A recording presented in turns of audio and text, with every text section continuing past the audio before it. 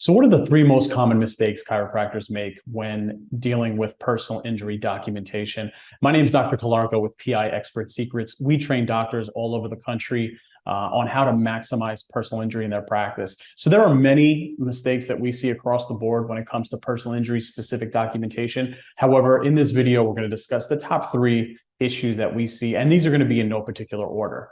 So number one is going to be lack of documentation for providing off-work slips for a patient after an accident. Many times initially, a patient will need to take some time off work due to the injuries in order to make specific doctor's appointments, and it's going to be crucial that you document that. Lost wages will be part of any kind of settlement value when it comes to personal injury.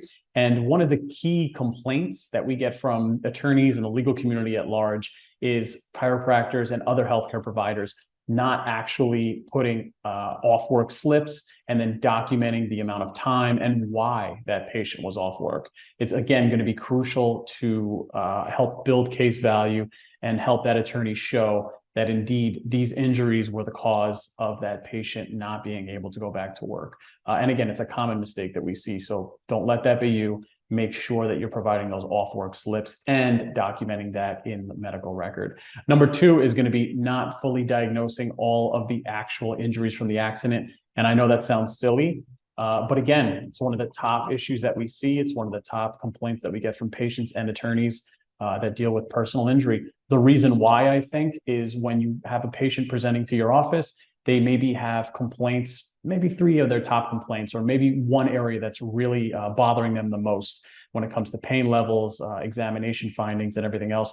And it's easy for a physician, I think, to hyper-focus on that area without taking the time to go through and really ask the patient about any other areas of concern, any other changes in their body, and any other specific injuries and areas of pain that they may have been suffering from since the accident. This is going to alleviate a lot of issues that we see, especially down the line when that primary pain generator or that primary pathology after the accident actually maybe starts to heal.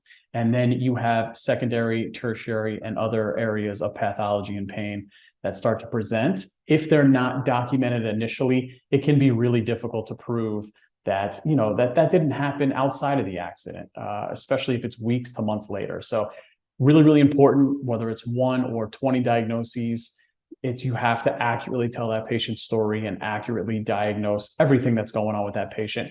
And a lot of times that's going to take patience, empathy, and a really good bedside manner. And again, that's one of the top complaints that we hear from attorneys across the board when it comes to physicians. And it can really hurt them, the case value, and the settlement if, again, those things aren't documented right away. And then finally, we have not explaining any gaps in care. This is a good way to round this conversation out.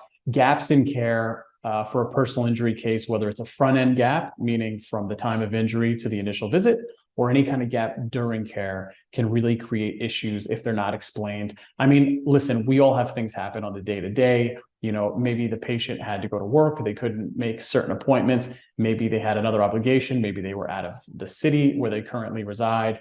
There's many reasons why someone may miss their actual doctor's visits. And one of the primary ones after an auto accident is they may not have a car. They may not have that rental car yet, and they may not have transportation to those visits. So the main point is going to be to minimize those gaps. But if you cannot minimize those gaps with the patient and they are missing, you know, a series of actual appointments that they should be having with their physicians, it's very, very important to document why they're missing those appointments and that they are actually doing home care exercises and other things on their own. This way they can actually help heal and get better. So those are the three areas that we wanted to discuss today.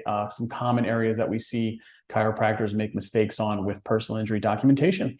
My name is Dr. Calarco again. Check us out, PIExpertsecrets.com, if you found this information helpful.